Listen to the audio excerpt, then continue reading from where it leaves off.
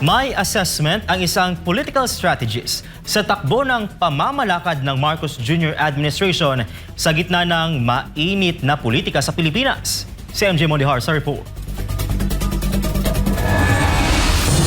Negative 50 na ang net satisfaction rating ni Pangulong Bongbong Marcos batay sa March 2026 survey ng Pulse Asia. Ayon sa survey, mas marami ang hindi masaya sa performance ng Pangulo. Kasabay ito ng nagpapatuloy na issue ng impeachment laban kay Vice President Sara Duterte. Si VP Sara naman ang isa sa mga pinakamatunog na pangalan para sa pagkapangulo sa 2028. Bagamat may 2 taon pa bago ang eleksyon, nakikita ng political strategist sa si Lito Banayo ang para sa kanya ay weaponization of the law laban sa Vice Presidente bilang paraan para hadlangan ang posibleng pagtakbo nito sa pagkapangulo. Sa dami ng mga pang-aapi, sa dami ng mga abuso na kanilang nagawa, no, hindi nila maisip papaano na pag si Inday Sara ang naging pangulo.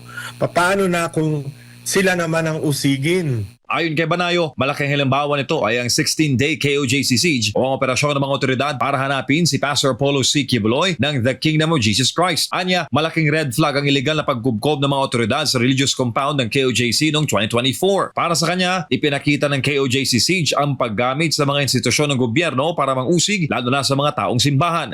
Tingnan mo yung ginawa nila kay Pastor Apollo Kibuloy. Di ba yung nagpupuyos ang damdamin ng mga taga Davao at ang mga milyon-milyong mga adherents ng KOJC dahil doon sa ginawa, yung inhumane hindi ba? Matapos ang KOJC siege noong 2024, March 2025 naman, nang ilipad sa ICC si dating Pangulong Rodrigo Duterte para ikulong.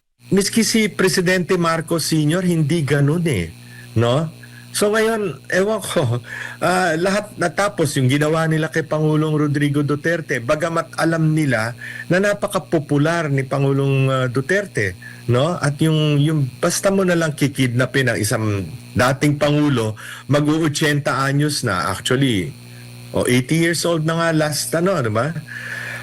Hindi ba? I mean, para sa Pilipino, yung simpatya, lalong umigting, no, kay Pangulong Duterte at by extension kay Vice President Inday Sara. At ngayon naman, ayon kay Banayo, ang mga senador na kritikal sa administrasyon ang nahaharap sa mga kaso. Para sa kanya, layunin naman nitong hadlangan ang isinasagawang flood control investigation ng Senate Blue Ribbon Committee na maaaring maglantad sa mga nasa likod ng sinasabing anomalya. Malinaw na malinaw na ang direksyon ay laban lamang sa oposisyon, laban lamang sa mga kaaway sa politika. Kaya lalong nagagalit ang tao. Parami ng parami, hindi lang yung mga biktima ng kanilang weaponization of the law, yung mga taong bayan na nakikita na ano ba to? Sobra naman ito. Ito naman ang posibleng endgame ng administrasyon ayon kay Banayo. Si Ferdinand Marcos Sr. naging sigaw ng bayan nun tama na. Sobra na, palitan na. Ganyan din ang mangyayari dito. Pag ganyan ang kanilang ginagawa, hindi nila lulubayan ang kanilang mga kaaway o katunggali, hindi naman kaaway, katunggali sa politika na parte naman ng demokrasya. Para sa Diyos at sa Pilipinas kung mahal, MJ Mondihar, SMNI News. Nagbigay ng matalim na reaksyon si former Press Secretary Attorney Trixie Cruz Angeles sa negative 15 satisfaction rating ni Pangulong Ferdinand Marcos Jr. kung saan binigyang diin niyang mas pinaprioridad ng Malacanang ang political optics kaysa sa kapakanan ng publiko. Narito ang balita. Itinuro ni dating Press Secretary Attorney Trixie Cruz Angeles ang palpak na advisory system sa loob ng Malacanang bilang dahilan sa nakuhang negative 15 net satisfaction rating ng Pangulo. Ayon kay Cruz Angeles, nawala na ang dating maayos at planadong tempo ng administrasyon at ang mga desisyon ngayon ay mas nakatutok sa media projection at political gain kaysa tunay na kapakinabangan ng taong bayan. I think the president has not been getting good advice, mostly.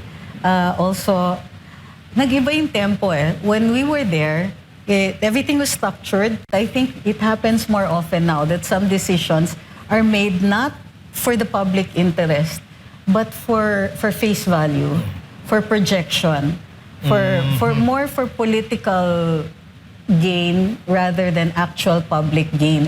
Ayon pa sa dating opisyal ng palasyo, ang pagbaba ng suporta ng publiko ay nag-ugat sa pagbabago ng mismong motibasyon ng Panguluhan. Anya, Pumasok sa pwesto ang administrasyon na may bit-bit na magandang intensyon para sa isang historical at familial redemption. Subalit ang layuning ito ay tuluyan ng natunaw at napalitan ng mga mababaw na political maneuvers. Nung umpisa kasi, di ba, when you're first in Malacanang, you go there with very good intentions. There's a redemption arc that we believe was successful after the elections. And then I think that at some point, redemption no longer became the driving force. So that's what changed. Inihambing din ni Cruz Angeles ang pamumuno ngayon sa nakaraang administrasyong Duterte. Anya, dahil abogado si dating Pangulong Rodrigo Duterte, alam na nito ang mga legal na basehan bago magdesisyon at hindi na kailangang i-brief ng husto. Ngunit ayon kay Cruz Angeles, tila sinusubukan itong gayahin ni Pangulong Marcos Jr. kahit hindi ito abogado na nagre-resulta di umano sa mga pagkakataong nagpapasya ang Pangulo ng walang sapat na kaalaman o hawak na briefer.